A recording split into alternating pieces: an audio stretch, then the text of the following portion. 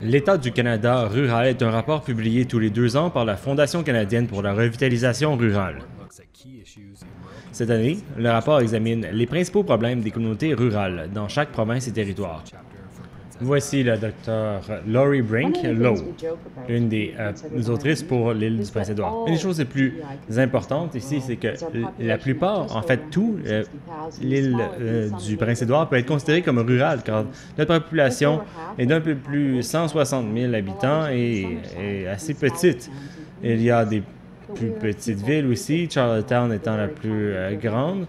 Nous sommes un peuple enraciné dans le monde rural avec l'alimentation, l'agriculture, la pêche et le tourisme.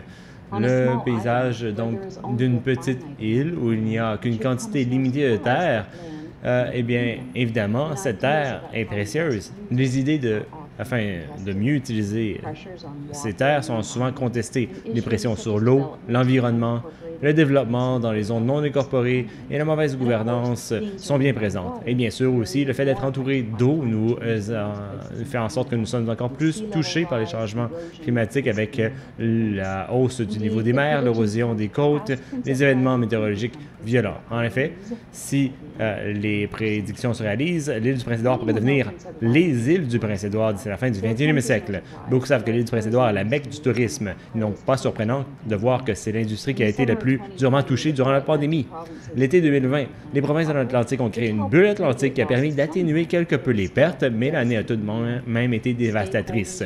Les parties prenantes se sont tournées vers les vacances à domicile et les initiatives d'achat local qui se sont poursuivies jusqu'en 2021, lorsque cette île a lentement rouvert ses portes au tourisme en réalisant que le tourisme et le changement climatique sont codépendants, le tourisme étant un gros émetteur de gaz à effet de serre. Il est ironique de constater que l'industrie dont dépend l'île contribue à sa disparition. Il y a aussi l'urgence climatique, le stress, la biodiversité et aussi des initiatives basées sur les Mi'kmaq.